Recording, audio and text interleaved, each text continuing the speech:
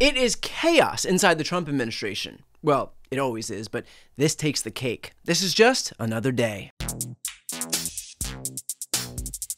Everybody has something about their job they don't like. Maybe it's the hours, maybe it's the money, maybe it's the effort by your boss to protect a child molester. All right, this breaking news. Sources tell CNN that Deputy FBI Director Dan Bongino has told people that he's considering resigning amid a major clash between the FBI and DOJ over the continued fallout from the release, or lack thereof, of the Jeffrey Epstein memo. The only relatable thing about Dan Bongino is that he's had a real office job for 5 minutes and already wants to quit.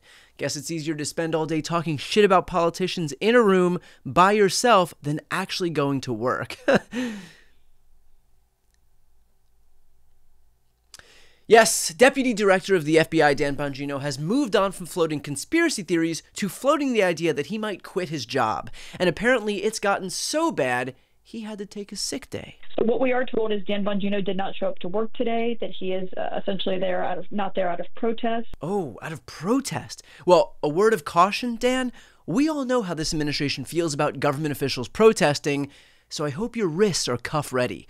Now, in some ways, this is a very respectable move because Bongino is one of the only people putting his money where his mouth is.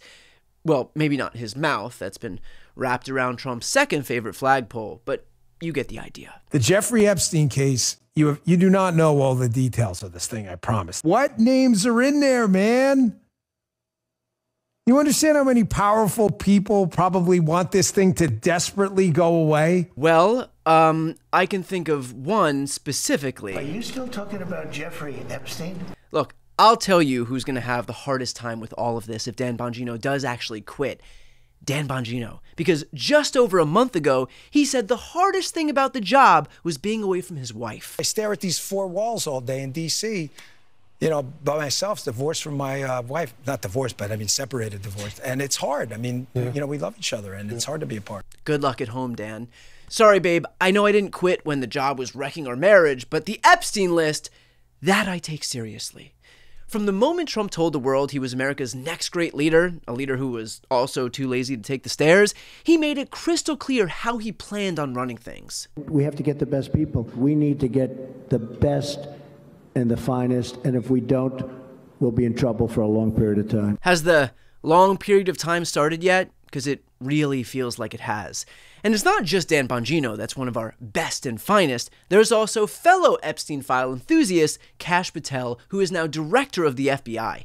Before assuming that position, Kash was all in on the idea that only an evil, corrupt deep state would ever cover up the Epstein files. Put on your big boy pants and let us know who the pedophiles are. Who has Jeffrey Epstein's Black Book? Black Book. FBI. But who? That is, I mean, there's... Oh, that's under direct control of the director of the FBI. Okay, so the buck stops with the director of the FBI. Well, whoever that guy is probably has a lot to answer for. I hope they find him one day. One of the main reasons that Kash Patel has his job, besides his choice of branded headwear, is the fact that he rose through the ranks thanks to the podcasting manosphere's obsession with finding out the truth about the Epstein files. Kash was their guy. But now that this administration, and more specifically the FBI, are refusing to release the files, well, he's become persona non grata. Something changed because they ran on this idea of exposing it all. All these guys had great ideas. Cockeyed Kash, Dan Bongino. He had clips, dog. He had bars. He was ready to tear it all down. He was ready to tear down the entire FBI office. Shut down the Hoover building day one. Day one. Them bitch still standing. And then he goes on Joe Rogan and he's like, listen, do you think if I had it, I wouldn't share it with you? I do. Yeah.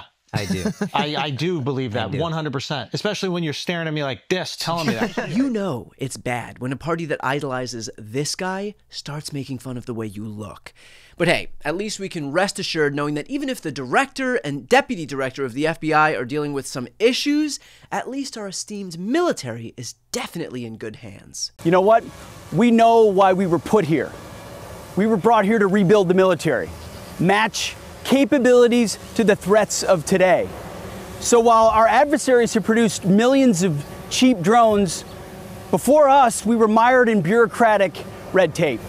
Not anymore.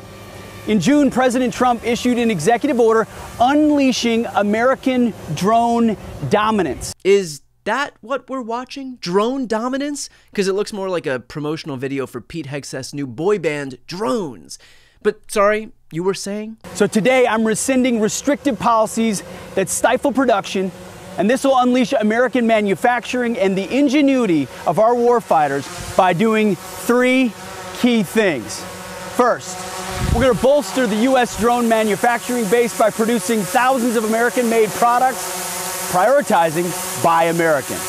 We'll arm combat units with a variety of low-cost, American-crafted drones, leveraging our world-leading engineers and AI experts. Yes, nothing strikes fear in the heart of the enemy quite like the weekend Fox anchor competing against what sounds like a swarm of bees to get to his third point. But please, Pete, go on. Senior officers, well, I'll grab this because it's the memo. Senior officers must overcome bureaucratic risk aversion in budgeting, weaponeering, and training. So here's the memo we're signing today, delivered via drone. Wait, that whole Bruce Willis cosplay thing was to showcase that our nation's fierce fighting drones have the same capabilities as carrier pigeons? Hegseth, dude, read the room. Your boss just spent $45 million showcasing how adept our missile-loaded tanks are at navigating, well, the DC Beltway, but you can't follow that with remote-controlled machines delivering payloads of individual pieces of paper. The reality is, we all know Donald Trump loves parades, so it is no surprise that we're now watching this parade of unqualified idiots crash and burn inside the government. A place, by the way, they have spent years vilifying. And no other occupation is like that either. I doubt you're getting hired at McDonald's if on your job application, one of your stated goals is eliminating McDonald's. When you fill jobs with people who have made careers out of preaching the destruction of government, we shouldn't be surprised when they destroy government. The only reason folks like Dan Bongino, Kash Patel, and the rest even have their jobs is because before getting hired, they used to reside inside of Trump's colon. Donald Trump is transactional, and sometimes that's used as an insult. In politics, it's the greatest compliment ever. He understands every transaction matters. We are living in unparalleled times of corruption in both our media and government. It is our job to expose the truth, no matter what the cost. My name is Kash Patel, and I have written the first ever children's Russiagate book.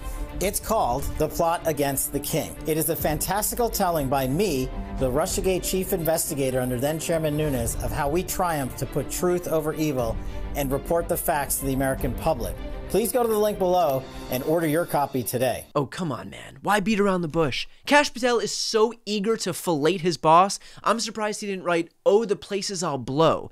And it should have been a pretty big wake-up call to all Americans that when these people did get hired, they couldn't believe it either. Pam and I were just talking in the back, and we were like, do you believe this? Like, you know, we were on the campaign trail together. We were attorneys in the first administration together. Now we're here. She's the Attorney General. I'm the Director of the FBI. Like, this is insane. Yeah, nothing says qualified like calling your own nomination, quote, insane. And frankly, it is insane. The reason we are witnessing chaos, infighting, and complete dysfunction inside of this White House is because, despite what he says, Donald Trump does not hire the best people. He hires people who say he's the best. And if that message isn't getting through, well, maybe we should send it via drone. Before you go, if you enjoyed this content and you want to see more and support independent media, please subscribe to this channel. The subscribe button will be right here on the screen. But second, the reality is that we are now in a political environment where this administration can lean on any of the social media platforms to suppress certain voices if they don't like critical coverage. That means my longevity here is in the hands of a few tech billionaires who are already making it clear that they are willing to cater to this administration. To that end, signing up for my newsletter is a way for me to reach you directly if that ever becomes necessary. I'll put the link right here on the screen as well, so please sign up. It's free, but there's also an option to do a paid subscription if you'd like to support me and my team. I really appreciate it. Thanks so much for watching.